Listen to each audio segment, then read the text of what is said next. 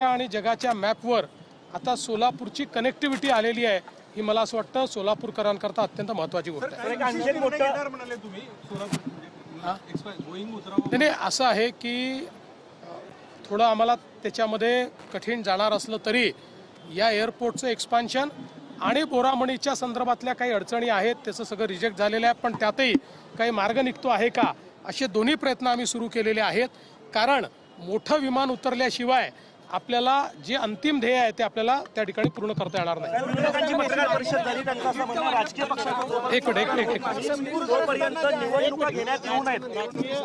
असं आहे, पहिल्यांदा तर इतके कन्फ्युज्ड विरोधक मी माझ्या जीवनात बघितलेले नाहीत आणि इतके मोठे मोठे लोक हे सगळे त्यांना कोणाकडे गेलं पाहिजे, कायदा काय आहे या सगळ्या गोष्टी माहिती आहेत की नाही मला माहिती नाही, पण मला असं वाटतं की त्यांना सगळं माहिती आहे।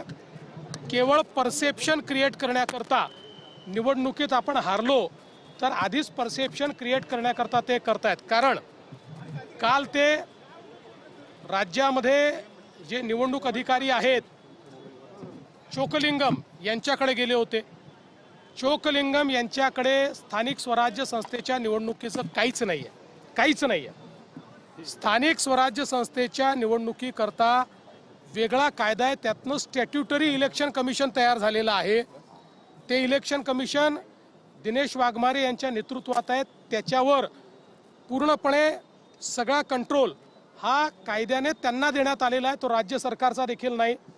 आता काल हे सगळे महाभाग इकडे जाऊन भेटले, यांना भेटल्यानंतर त्यांच्या लक्षात काल आलं की आपल्याला भेटायचं होतं दिनेश वाघमारेंना। मग काल त्यांच्याशी चर्चा करून काहीतरी थातूर मातूर सांगितलं, म्हणाले हे इलेक्शन कमिशनर त्या इलेक्शन कमिशनरला बोलवणार आहेत।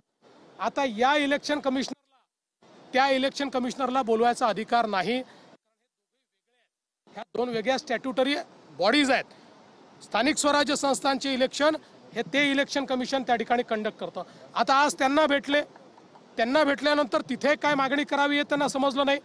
मुळामध्ये एक गोष्ट आपण लक्षात घ्यावी, जे काही राज्याचं इलेक्शन कमिशन आहे स्टेट इलेक्शन कमिशन हे पूर्ण निवडणुका कंडक्ट करतं, सगळे अधिकार त्यांना आहे।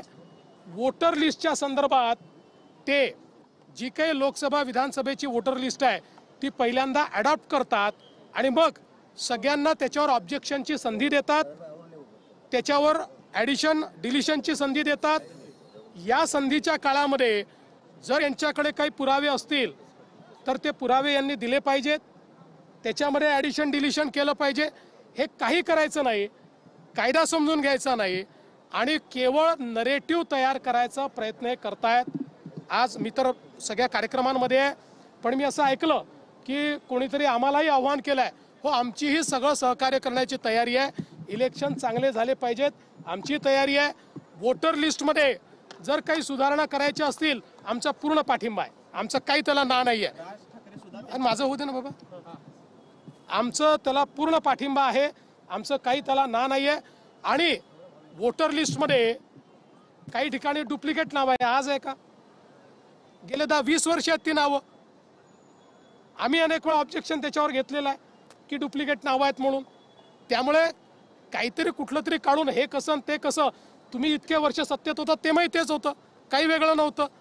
मला असं वाटतं की पराभव स्वीकारावा, जनतेत जावं, पुन्हा निवडणुकीला उभं राहावं, पण यांचा कोणाचाही भारतीय संविधानावर विश्वास नाही, संविधानाने तयार केलेल्या संस्थांवर विश्वास नाही, केवळ नरेटिव्ह तयार करण्याचं काम आहे। आणि म्हणून या 2 दिवसाच्या त्यांच्या चक्रा फियास्को आहे, फियास्को। त्यांना कल्पना देखील नाही की कोणाकडे काय मागणी केली पाहिजे। मला असं वाटतं म्हणूनच यात सगळ्यात ज्यांना समजतं ते पवार साहेब आहेत। कालच पवार साहेबांच्या लक्षात आलं आणि म्हणून पवार साहेब आज त्यांच्यासोबत गेले नाहीत।